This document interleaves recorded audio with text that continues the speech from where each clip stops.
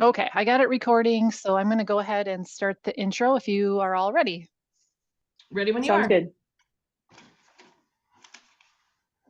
Thanks for joining us today on Dairy News and Views from the ISU Dairy team. I'm Jen Bentley, Northeast Iowa Dairy Field Specialist, and today I'm here with Iowa State University colleagues as we continue our recap discussions from our winter meeting series. So today I have with me Gail Carpenter, Assistant Professor and State Extension Dairy Specialist, and graduate student and ISU Dairy Calf Manager Taylor Klipp. So thanks for joining us, Gail and Taylor. Happy to be here, Jen. Thank you. Yeah, so as we get started here, Gail, you've been on our podcast before, but you could certainly give us an introduction as well about yourself. And then Taylor, if you want to just provide us a little bit more background about who you are and your experience or your background in school and what you're doing at the ISU Dairy. Yeah, so I think hopefully most of our listeners recognize my voice by now. I'm Gail Carpenter. I'm like Jen said, the State Dairy Extension Specialist for the state of Iowa. I've been at Iowa State since January 2021, but as of July of this past year, 2022, took over as the State Dairy Extension Specialist. So I was a mostly teaching role, and then was lucky enough to get the position with extension, and so now I'm a mostly extension role. So I'm still at Iowa State, still in the same office, but just spend more time out on the road and with producers and going to meetings like this.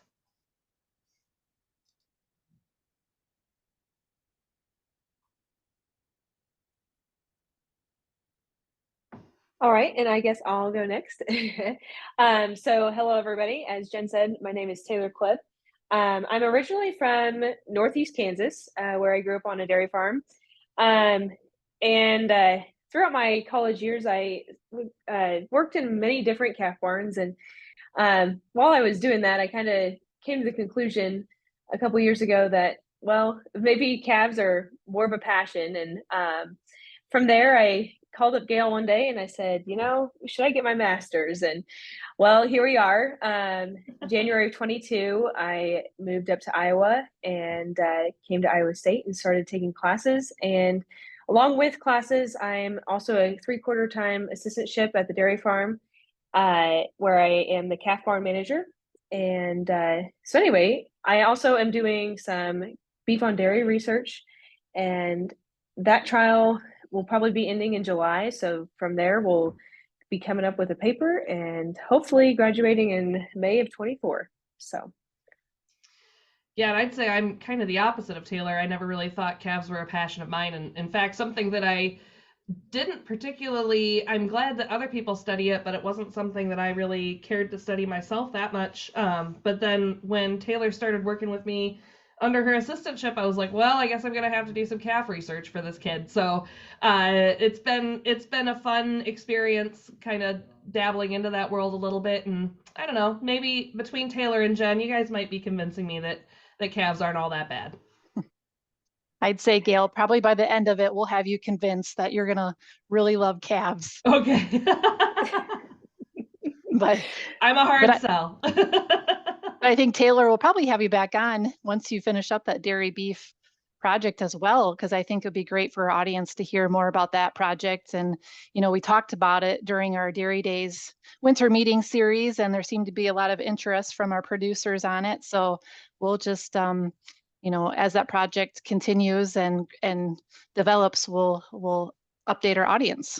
Yeah. So yeah, just kind of as we as listeners may know, we kind of made our Raising Your Dairy Best Heifer the focus topic during our winter meeting series. And so I think the last 2 or 3 podcast recordings we've done now, we kind of did some summaries of each of those topics. And, during those winter meeting series, we got some really great perspectives from around the state. And so today we're going to talk about one in particular, talking about weaning management. What are some best management practices? What are some feeding strategies? And then also visit with Gail and Taylor about, how they're handling or managing calves at the ISU Dairy from this stage of the heifer. But Gail and Taylor, before we dive into the topic, during our winter meeting series, we heard a lot of perspectives. Anything that stood out to you that you thought was intriguing or maybe surprised you about how our producers are weaning calves? Well, Jen, I'd say, and I think I might have said this in one of our previous podcast episodes too, but I'd say the thing that surprised me most was just the diversity in what people are doing. It's something, especially when it comes to the weaning side of things, it seems like there's really no one right answer for all producers or no one size fits all. So I think every single producer we talked to during that series had a little bit different, just a little bit different take on on what works for them and what works within their facilities and their management style. So it's something I've always kind of said, that you see a lot of different strategies in this area, and that's definitely something that I think was highlighted as we went around the state talking to different folks. Right. There's definitely many different ways that you can raise calves, and one way that works for one person might not work out the best for the other. But yeah, I thought something that was really interesting to me was that there's quite a few producers that were already putting their calves in groups of 3 to 4 and like doing the mob feeding off of that. I thought that was interesting, but as it was like a common theme with them was that the quicker the better. Try and make those chores as quick as possible, which I don't blame them. Yeah, it's something, I don't know, it seems like it's kind of a novel topic in research lately, like the pair housing or the small group housing, but seems like a lot of our producers are maybe ahead of the curve on that and have been finding out that works for them for a while now. Yeah, I would agree. Some of that early life pairing, whether it's just around weaning time to kind of get them socialized to bigger groups, I think we're seeing more and more of that. And I think overall people are just more intrigued about calf behavior, or at least I am. I just, that's just really kind of fascinating to me to watch those calves as they grow. Yeah, they definitely learn from each other. And that socialization becomes, I think it's something that we've always kind of taken as maybe like a secondary thing or something that's not as important as some of the other outcomes, but it seems like socialization really does have an impact on how they learn to eat solid feed and how they learn to interact with other calves or drink water, or they learn by looking at each other. And I think it's something that historically we haven't really thought about too much, but it looks like it might be more important. Right. It's something that's hard to, research since you can't, put a number to it or a measurement of any sort to it. But I'd say there's definitely some merit out there that is for a socializing behavior type thing, taking off, like feeding off of each other type of thing. So, Yeah. Yeah, so as we, got into the discussion during our winter meeting series, I kind of kicked it off by, talking about, I called it weaning the other transition because, when we talk about dairy cows, we think about our transition cows, those that are 3 weeks pre-calving to calving, and then what does it look like 3 weeks post-calving? And as I was, putting this topic together, I thought, well, weaning is kind of the same way, right? Like, you think about what age and what body size you want to wean those calves. Well, what does that look like 3 weeks before you wean them? As we talk about some of these step down phases or different feeding strategies, but then also looking at what does that calf look like 3 weeks post weaning? Is she taking off well? Is she gaining weight? Are we seeing any challenges 3 weeks post weaning? So I kind of look at it both ways of that transition cow versus a transition calf. Yeah, we do really focus a lot on that transition, and that's, been my passion for a while, is that transition period on the lactating cow side. And but really I think that this is one, when you look at whole life outcomes, that has also a really big impact too, and making sure that those calves really start off on the right foot. We say that a lot, right? We want to make sure that that's the future of your herd. We want to make sure they start off on the right foot on that pre-weaning side, but you can undo a lot of good things that you do on that pre-weaning side with a bad weaning. So I think that when you're looking at those cows, the dairy best heifer, right? Those heifers that are going to be the productive members of your herd, you can't just forget about that. You can't just focus on pre-weaning and then forget about making sure that weaning process goes smoothly. Did that alert pop in? Did you guys hear that? No, I didn't hear anything. Okay, sorry. Okay. That's okay. Right, Reagan can cut this. Sorry, I had a, Yep. like, okay. Yeah, so I think before we even get started talking about feeding strategies, with milk or calf starter, it's really important to kind of take a step back and just really review how that rumen is developing. We do know that it's the smallest compartment when they're baby calves, right? They're not fully developed rumens at that point when they're on milk, but our eventual goal is to get them to be fully functioning ruminants. And what really matters is getting that papillae developed within the rumen. So a rumen is probably going to grow regardless of, papillae, but the quality of that papillae is really what we're looking for. And, those volatile fatty acids in the starter, in the feed that they're consuming is really going to drive home that rumen development early on. And so I think, just taking a look at what feed sources we're feeding our young calves is really critical to getting that rumen going, getting it functioning, providing a proper energy source for growth of that rumen wall. And then eventually, as she starts to grow and as that rumen starts to develop, then we can move over to getting them onto transitioning to a forage, more of a forage type diet. But really takes both aspects, right? That milk and grain fed phase to then transition into some type of forage phase. Right. And I think that's something that a lot of people probably overlook, is that we're developing the rumen, and that's really what we're here for. We're not just growing the calf, looking for that average daily gain. But a lot of stuff, at least for myself, before I really thought about it, water is a huge part of that, and water goes straight into that rumen and creates that environment, and then that starter starts going in there, and it's definitely something that you overlook because you don't think about it as a producer sometimes, that your milk is going one place, but your starter and your water isn't going another. And that all three of those things are super important, and we can't be light on any of that. So well, that's an easy thing to forget about, especially this time of year. Well, I know when we're recording this today, it's above freezing outside, but we've definitely over the past winter had plenty of cold snaps, and I'm sure we're not done with the cold snaps yet. So I think offering water to calves comes with its own challenges, and a lot of times it's an easy thing to forget about and assume that they're getting all the water that they need from milk. But I think the research really shows that if you're looking to invest in that rumen development, that the water, like Taylor said, that water becomes incredibly important. Yeah, and it really is a hard thing for us and producers to see, right? Because you can't go in and check the rumen every day, right? So you can look at the calf and know, oh, the calf looks healthy.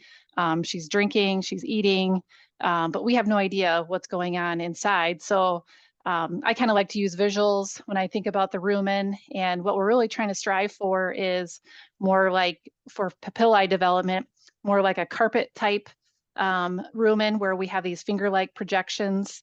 And that's going to be really important for that calf to be able to absorb nutrients now and then later on in life, right? So the more we have more of a carpet-like rumen structure versus a hardwood floor, right, where it's smooth, you can't really absorb anything. We want more of the carpet versus a hardwood floor is what I like to kind of compare it to. Yeah, and everything we can do to get her to that carpet look. And I mean, again, we're not cutting open these rumens and looking inside ourselves on these calves, obviously, but the quicker we're able to get them transition to that more carpet-like rumen versus the hardwood floor, that I think really helps you address a lot of those post-weaning or the challenges that we see around weaning time. So much of those weaning challenges come back to the rumen just not having that full development. And so everything we can do to kind of encourage that rumen development early on so that it's well developed by the time they're weaned is going to pay off for us. Right. There's at the weaning stage, there's so many different stressors. And if there's one thing that we can really knock it down on is, if they know how to eat and making sure they get those nutrients. And that's probably one of the easiest things that we can control, is making sure that they hit the ground running and start getting on that forage and all that good stuff. So, yeah, definitely. And I think, now we're kind of at a crossroads of, we've been wanting producers in our industry to feed higher volumes of milk, right? Because we know that there's a lot of association between feeding higher volumes of milk and then looking at increased pre-weaning gain and future milk yield. So we see increased milk production. But that also brings another set of challenges, right? Because we're feeding higher volumes of milk, but our calves may not be able to take on solid feed intake as fast then, which could also delay rumen development and where we could run into some weaning challenges. So I think, we're looking at trying to find a balance between feeding higher levels of milk, but also trying to get them to increase that starter intake as well. Yeah, because there's some other research that shows that you can actually undo all the benefits of those higher volumes of milk if the calves have too much of a slump at that weaning time too. So making sure that we're kind of, hitting that magic balance between getting them the nutrients that they can get in milk, but also getting them enough solid feed that they're developing that rumen is really important. And I think a lot of that, we talked about this, I know, Jen, you discussed this in your presentation. I've talked about it in some other presentations as well. That step-down feeding is a really great tool for a lot of producers to be able to use to kind of encourage not having an abrupt weaning, right, but kind of gradually weaning the calf more so that she isn't missing that milk as much while she's converting onto the starter feed. So Taylor, I know that you're able to, not very many people will do this on farm, but just because we happen to have a group of 40 calves that are all about the same age and happen to wean at about the same time, you had the opportunity with your research project to kind of look at anecdotally what that looks like, and what would you say you saw when we kind of stepped down our beef on dairy calves? What would you say you saw when those calves started to step down on milk? What happened to starter intake? Yeah, so I actually went back and looked at my data earlier this morning and just kind of get, a better feel for what I actually saw instead of just like they bumped up in grain. But as soon as so what we do, I'll just start there. So the first 1 to 3 days, we do a 3-quart feeding. And then from there, and it's like a 2x feeding, 2 times a day feeding. Days 4 through 49, they're still on that 2 time a day feeding, 4 quarts of milk replacer. Then at that day 49, I go and step them down to only 1 time a day feeding. So they only get, instead of 8 quarts per day, they only get 4 quarts per day. And when I started doing that, knocking down to only 1 time a day feeding, I still had, the bawling of they were only fed at night. And so every morning everybody was angry, but I think it was more so of a routine thing. Because as that week progressed, I saw but from the beginning of the week to the end of the week, they doubled in starter intake. Oh, wow. And yeah, it was like, I was like, oh my gosh, it actually really did help them, and so then on day 56, they were completely off milk. They still had, the routine stuck in their head that, oh, I'm getting fed at night now, so there was still the bawling, but they took off, and that starter intake increased and just kept increasing. So there wasn't really any drop off in feed, which sometimes you see that. But yeah, it's definitely a cool thing to look into. It's something that we take for granted. Sometimes I feel like we get away from, we go more by the book and like, oh, it's 8 weeks, we got to take them off milk. But it's more, I feel like this is a more personable way to wean them, I guess you could say. But yeah, it's definitely a cool thing and is very, what's the word? I don't know what word I'm looking for right now, but science with practice, right? It's, right. It's cool because you see like, oh, this is what the book says is going to happen. And it was neat that your eyes kind of bore out that, yeah, that is actually what's happening with these calves. Right. So I know for like our research project, you use a little calf scale, or a little like food scale basically, to weigh out the grain, so we have it down to the gram how much grain each calf is eating every day. But when you're just managing your calves in your calf barn, you don't manage it like that, right? So how are you, when you're just doing your regular calf management, how are you monitoring grain intake? Right. And I remember talking about this when we were at the Dairy Days, and when I mentioned how I did it, there was some big wide eyes in the audience, like, "Oh my gosh, she puts way too much time into feeding her calves." But don't be intimidated. No such thing. So yeah, basically what I've got is a couple different beakers, and it can be anything. It can be a cup or a can. But all I've got is just a mark on the side of the can that says this is a half a pound. And so from the beginning, like as soon as they're born, um, they get a half pound of grain. And every single day we switch out that grain just to keep it fresh. But they keep getting a half pound of grain until they start eating. And then from there, there's another mark on the beaker that says this is 1 pound, and so as soon as they drinking, as soon as they're eating that half pound of grain, they get bumped up by another half pound. And so we say it's half pound of grain, but really it's just, half a beaker or a full beaker. So it's something that you don't have to have a scale right next to you every single time that you grain your calves. But it's just a visual, it's not super scientific. And that's something that when I started doing my research project, it was kind of like, I'd actually have to weigh this all out. So, but yeah, definitely don't overcomplicate it and just keep it simple. And even I've seen some people who say, instead of pounds, they say 3 scoops or 4 scoops, and they write it on that sheet of paper. But it's definitely a whatever works for you type of thing.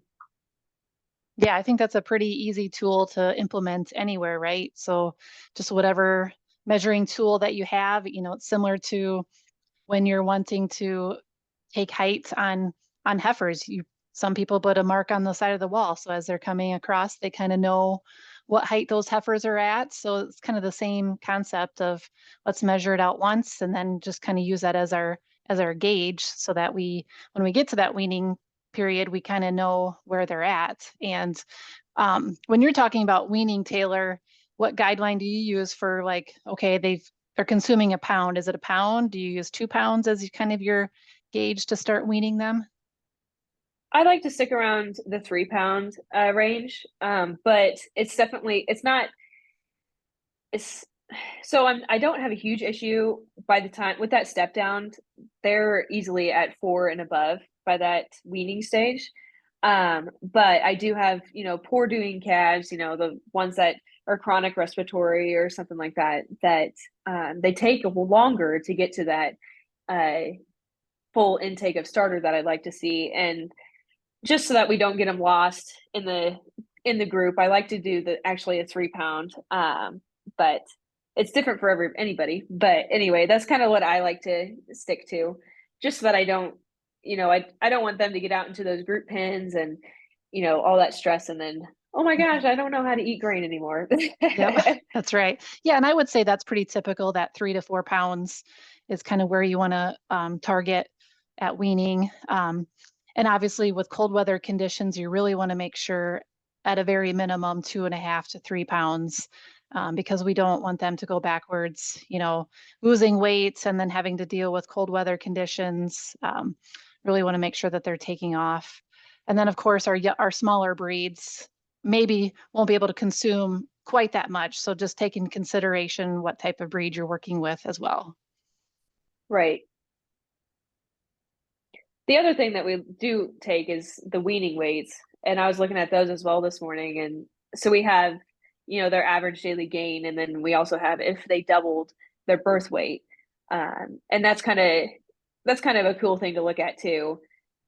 Because average daily gain isn't, it's a good thing to look at. But if they're doubling that birth weight, that's even greater. Mm-hmm. That's like awesome. But did you find that you were doubling birth weight on those calves? Yeah, we did actually. And I was looking at, when I see it, I just see those weaning weights, and I'm like, oh wow, that calf is really light. I hope she doubled her weight, or I hope she gained like she should. And I went back and looked at it, and it ended up that her weaning weight was super light. I think she was 45 pounds. Oh, And wow. yeah. So, and I'm pretty sure it was a Jersey.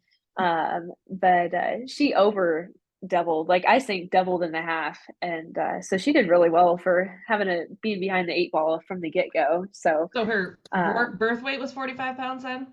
Right, yeah. Oh, okay, wow. A little bit. Right. Well, now give or take student error, right. But that's at least what was in the computer.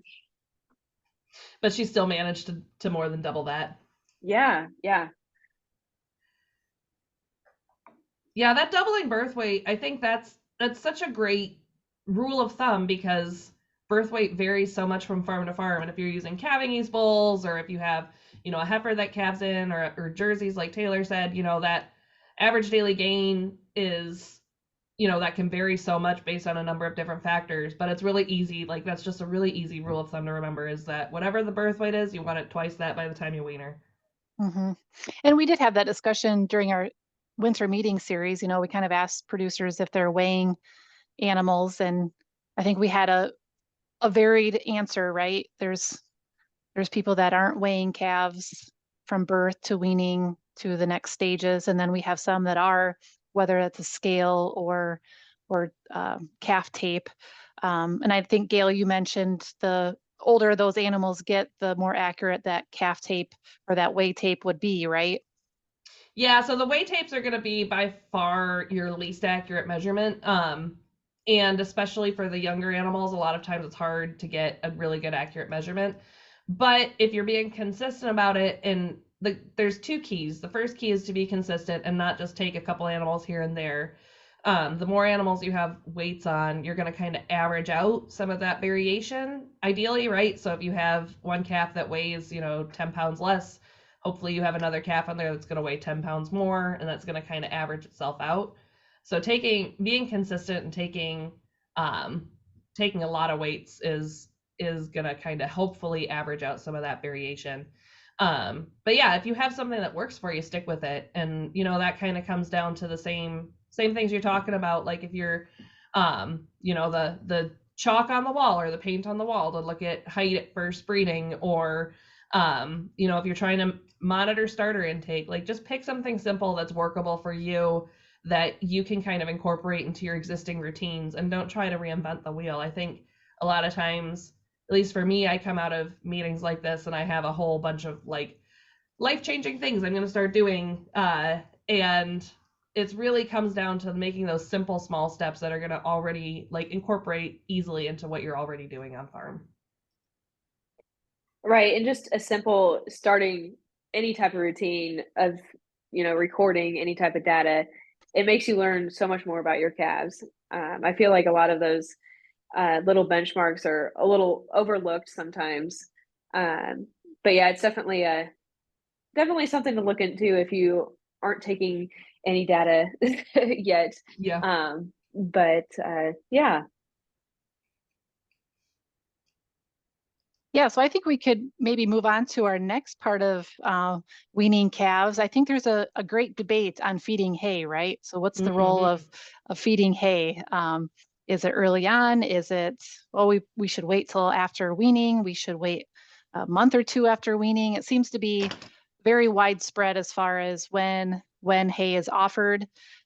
We know it probably doesn't provide a lot of protein or it doesn't provide a lot of energy for that calf early on. It does provide protein and fiber, but probably not really developing the rumen at that point early on in life. But there are other factors going on that could be beneficial to feeding hay. So I guess Taylor or Gail, what's your perspective on that?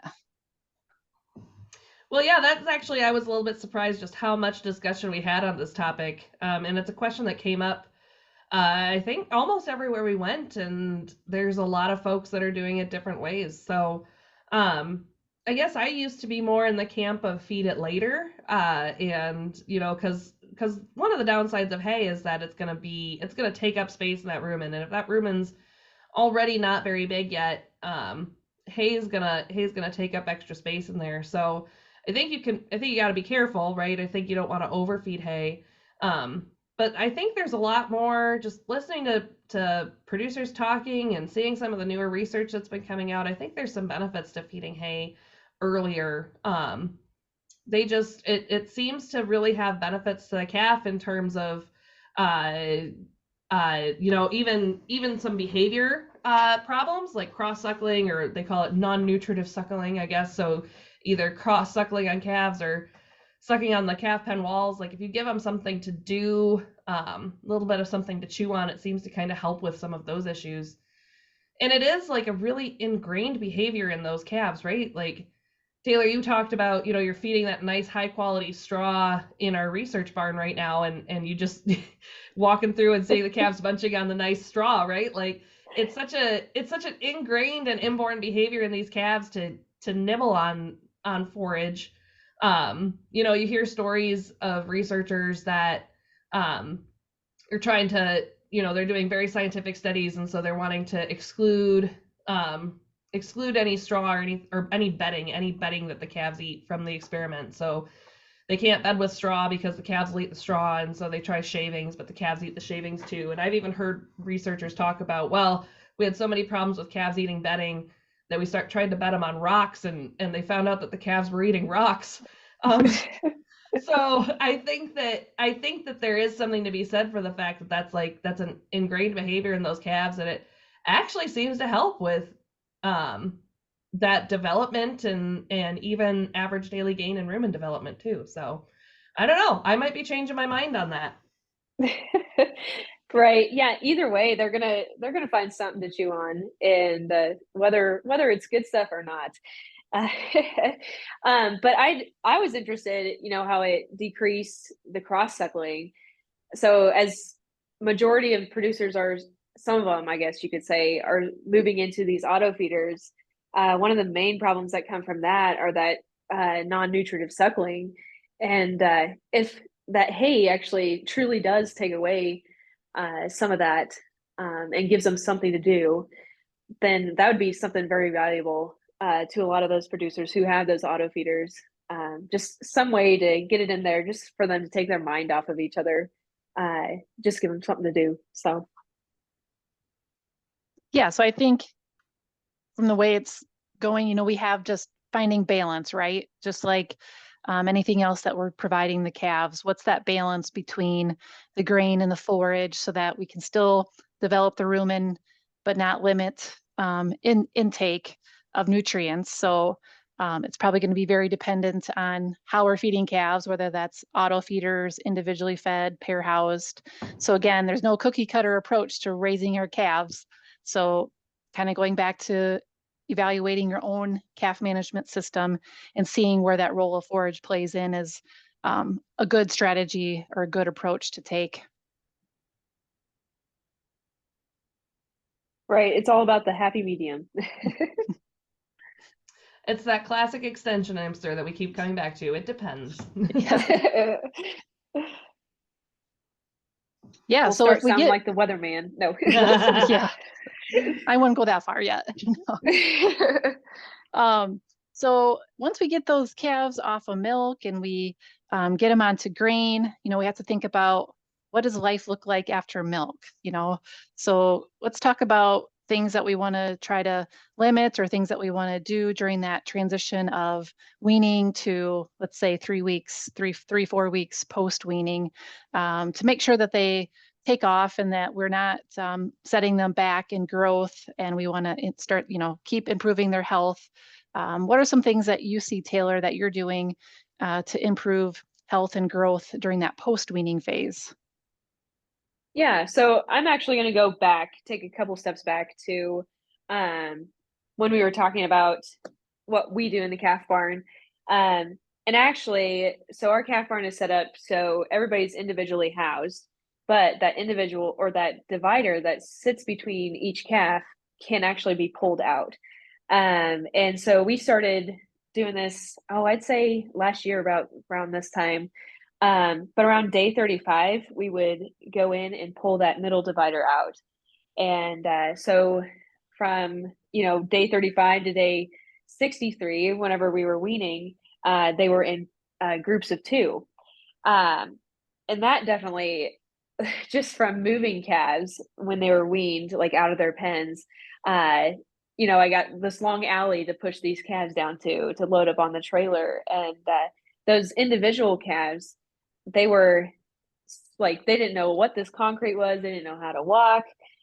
You basically had to shove them all the way down there. But those pair house calves, they just took off running like we've done this before, and I think they just kind of fed off each other and knew what to do. So once they get to that weaning stage, and we do put them into groups of however many, they go from groups of 2, and then we move them into groups of 12. And I think that kind of, they still have their buddy, so they can rely on that buddy. But then, there's 12 of them in the pen, and that seems to be a good number for us. We keep them in that group of 12 for, I think, 4 to 5 weeks, just to get them, acclimated to the new surroundings. So they have to go, they're used to sticking their head through the gate in the calf barn to get to grain and to water. But going into that weaned calf pen, they have to start sticking their head through headlocks. So that's another thing to learn. And then also in that barn is a step down into an alley from the bedded pack, like 6 inches. And you would think that's not much. But to those calves, they're like, oh my gosh, it's a cliff. I can't walk off that. So yeah, it's definitely, we found our happy medium of 12 calves, getting them into that weaning barn. But yeah, it's different for everybody, and it's different into what kind of barn you're moving into too. But yeah, I think one of the keys it comes down to a lot of times is change as few things as possible at the same time, right? So I mean, ultimately, they're going to undergo a huge change from, especially if you're individual housing to group housing, the barn change, diet change, all these different changes. So the more we can kind of avoid stacking all those changes on top of each other and maybe stretching those changes out, I think that's kind of the take home for a lot of that weaning transition. So, Taylor mentioned they pair house at day 35. So even before weaning, they're already kind of getting used to the social changes, or, some folks might leave calves and hutches for an extra week after weaning so that they're kind of used to not drinking milk anymore, but they're still in their same like happy place where they kind of grew up. And so I think, and that's something that kind of came up as we were having these discussions with our dairy days with producers around the state, is a lot of times the common theme that I saw, even with as many different strategies that we have for that weaning transition, a lot of times it comes down to how can we stretch those changes out and make those changes gradually. Yeah, good points. Any way that we can minimize stress during that period, just to kind of allow for them to get accustomed to the change, but avoid a lot of change all at once. I think those are key points. And then just overall facilities, right? Making sure that whatever facility that they go into, we're keeping adequate bedding space for them. So, at least 40 square feet of space per calf. We keep ventilation, good high quality ventilation within the barn. So making sure whether that's side curtains or using air tubes, just to allow for whatever changes that we're doing, that we can still keep the health of the calf in mind. Right, that's such a good point, Jen, because I feel like we do tend to spend a lot of time talking about that in terms of how we design our calf barns and making sure that our facilities and our environment's good for our pre-wean calves.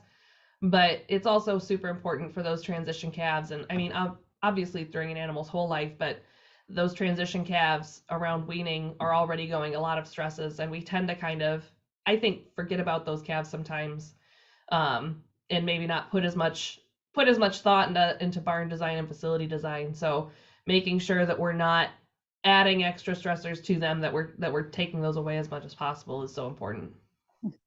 Kind of reminds me of, we used to think about our far off dry cows, right? They were kind of the forgotten bunch. And then all of a sudden we realized, oh, wait, we really need to start taking care of them, because there's a lot of things that are going on that are impacting the cow and the calf. So I think the same thing with with weaning is they're kind of, we can't let them be the forgotten group either. Yeah, I catch myself saying sometimes that we kind of, we don't think about our dry cows as often, but our far off dry cows, but they're still important. And we don't pay attention to those post-wean heifers as much, but they're still important, or the breeding age heifers. And it might actually turn out, plot twist, it might actually turn out that all of our animals are important, not just our milking cows. You've heard it from Gail Carpenter's mouth. Just real groundbreaking stuff here. But I think it is an important reminder too to think about, right? Like, we spend a lot of time, it's very natural as dairy farmers to spend a lot of time focusing on the milking cows, because those are what's bringing in your milk check. But your transition cows or your calves, those are the future of your herd. And so even post weaning, those are still going to be your replacements, and making sure that you're reducing your heifer non-complete, keeping your heifer non-complete rate as low as possible, making sure that our calves are healthy, making sure that our calves are growing pre-weaning, but also post-weaning and up until breeding in their own calving. Is you're investing in the longevity of your herd. Right. And I feel like it's thank goodness I don't have that many calves to feed anymore on milk. And, they're in a group pen now. I don't have to worry about them. And it's definitely something that we just need to pay more attention to. And, just make sure we're always, show as much attention to them as we were when they were, pre-weaning, when they were in the calf barn. Always take time out of our day to go make sure they're all okay.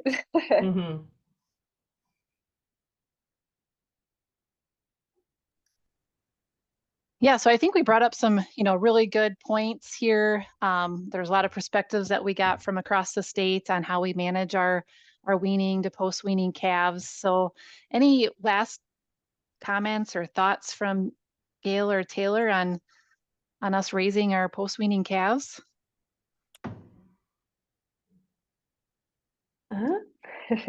Well, I'll go or have first. We covered it all? Yeah. Well, I just say, I've heard this from somebody else, and I forget who it is, but they said raising calves is an art, and you could do it by the book as much as you want, but in all reality, it's just how it works for you. And that's kind of how we started this conversation too. But just as try and eliminate as many stressors as possible, and get them running on the right foot is probably my biggest takeaways for that. Take away as much stress as you possibly can. Yeah, I'd kind of echo what Taylor said about it being an art for sure. I think a lot of those main recommendations that we come down to are make sure that you're paying attention to what works, right? So it's, if you're not monitoring, if you don't know how much starter your calves are eating, if you don't know how well they're growing, if you're not keeping track of treatments and knowing if you're dealing with respiratory, paying attention to what is happening and kind of keeping your eyes out for what your calves are telling you. Calves can't read, so they don't know what the book is telling you that you should be doing when you're managing them, but you can always tell what the calves are saying if you're listening to what they have to say. So they won't tell it to you in words, but pay attention to use your observation skills to see, are we hearing a lot of coughing? Are we seeing a lot of scours? Are we doubling our birth weight? Some of those things that we've kind of talked about along the way, to find out what's going to work best on your operation. Yeah, good points. And I feel like there's one word that I came out of this with is balance. So trying to balance rumen development, but with good health, trying to balance, starter intake, but know that the role of forage will come along with that, balancing your step down feeding program, balancing gradual change, balancing stress, balancing growth. So I kind of use that word as like, that's kind of my take home with looking at weaning calves, is it's a balance. Definitely. Well said. Yep. All right. Well, appreciate you both being on. It was fun to hear, what's going on at the ISU Dairy, Taylor, with the research, as well as just how you overall manage the calves there. So great to have you on. And Gail, great to have perspective from your end as well, from the research side and just overall management. I think it came together really well. Yeah, this was fun. Thanks for having us. Yeah, thanks, Jen. All right. Well, thanks for joining us today, and we look forward to visiting with you on the next Dairy News and Views from ISU.